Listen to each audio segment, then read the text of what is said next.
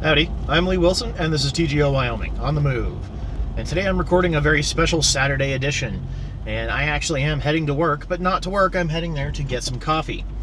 And I was thinking about time management this morning, and that's what we're going to talk about, is time management, because this Saturday is a ridiculously busy Saturday.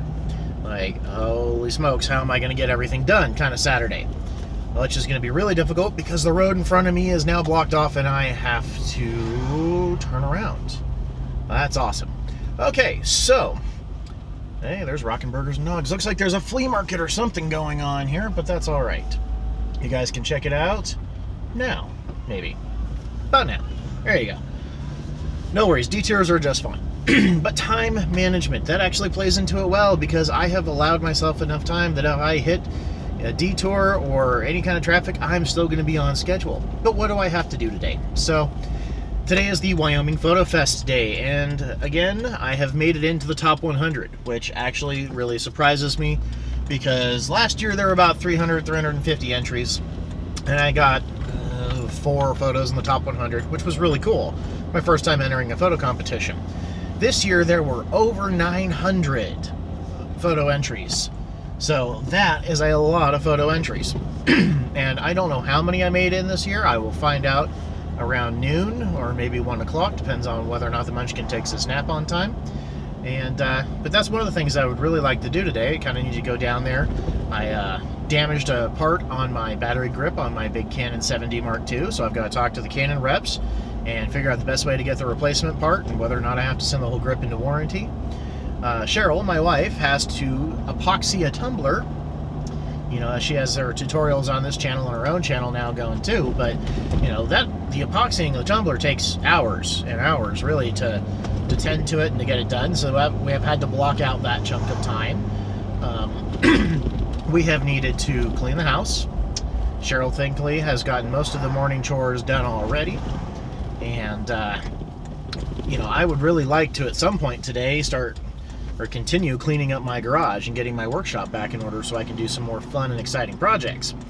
But that's, you know, that may go on the back burner. We have friends from out of town coming in right around 2:30 or 3 o'clock that we need to see, and it's just one of those things where a Saturday has stacked up immensely, and time management today is going to be very, very important. So how do we do it? Well, first of all, we do realistic blocks of time. Realistic blocks of time. Okay, so I've had a bad time with time management since I was a little kid. I've always had very, very poor time management, and when I was younger, I had very bad estimation of how much time a task would take. So I would say, oh, I can do that in 10 minutes, and 40 minutes later, I'm still working on it. You know, that's when I was a young adult / teenager. As I've gotten older, I have taken more conservative time estimates now. So if I think it's going to take 10 minutes, I really budget myself 15 to 20, and that has worked out pretty well for me.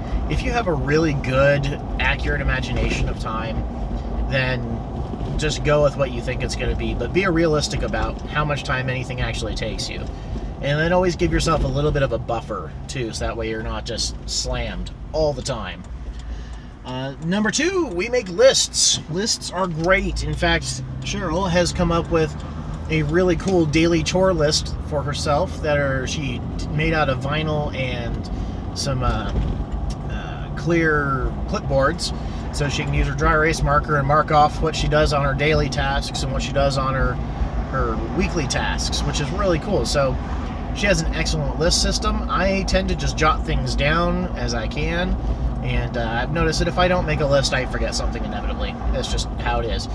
I think there's a major connection between writing something down and committing it to memory, because I can sit there and repeat it and repeat it and repeat it, but if I write it down, then that's in my brain and I'm going to remember that part of the list. So, tip number 3 for time management, especially on busy weekends: don't overload yourself. Don't get too much going on. It's better to do a few things really well than to do a whole lot of stuff poorly. I think that pretty much goes for anything in life, but it's especially important in time management and making things work for you.